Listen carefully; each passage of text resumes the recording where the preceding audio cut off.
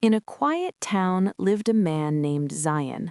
On the outside, his life looked normal. He had a small job, a modest home, and people around him who cared about him. But inside his mind, there was a constant storm of negative thoughts. Every morning when he woke up, the first thing that came to his mind was fear. Fear of failure, fear of judgment, fear that life would never get better. If something small went wrong during the day, his mind would immediately jump to the worst possible conclusion. If his boss looked serious, he believed he was about to lose his job. If a friend didn't reply to his message quickly, he assumed they were angry with him. His mind kept creating stories that were not real, yet they felt completely true to him. One evening, after a long and stressful day, Zion decided to go for a walk to clear his mind.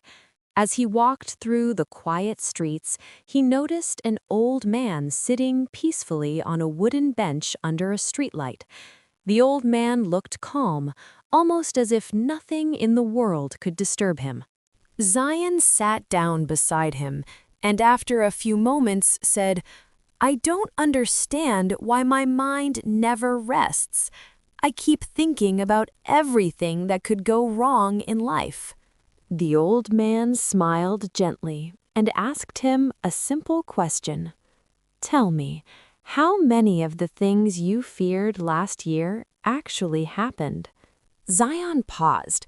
He tried to remember all the worries that had filled his mind the previous year.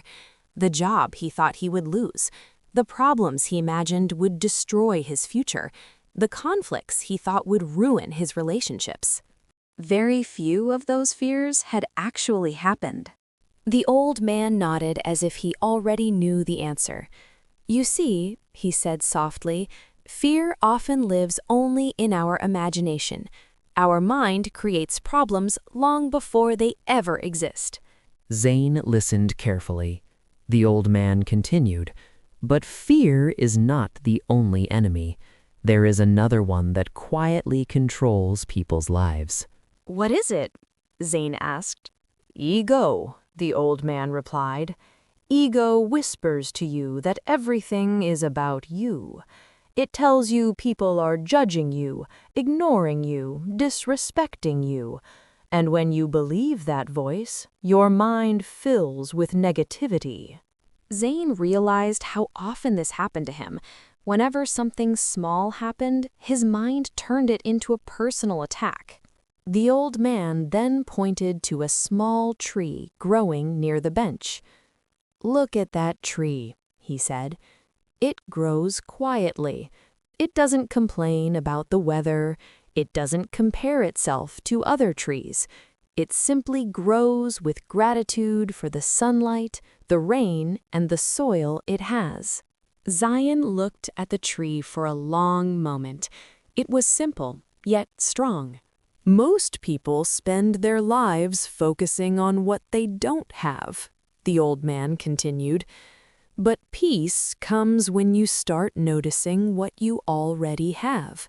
For the first time in a long while, Zion thought about the good things in his life. He had a roof over his head, food on his table, a family that cared about him, opportunities that many people in the world never received. And suddenly, his problems didn't feel as heavy as before. The old man stood up slowly and said one final thing before leaving. "Your mind can be your greatest enemy or your greatest ally. The choice is always yours. Feed it fear and ego, and it will destroy your peace. Feed it gratitude, and it will change your life." That night, Zion walked home thinking deeply about those words.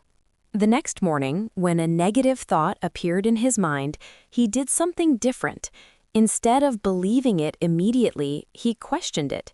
Instead of focusing on what was wrong, he reminded himself of what was right. Day by day, the storm in his mind slowly began to calm. His life didn't magically become perfect. Problems still appeared, just like they do in everyone's life. But now he faced them with a different mindset because he had finally realized a powerful truth. Most of the battles in life are not happening around us.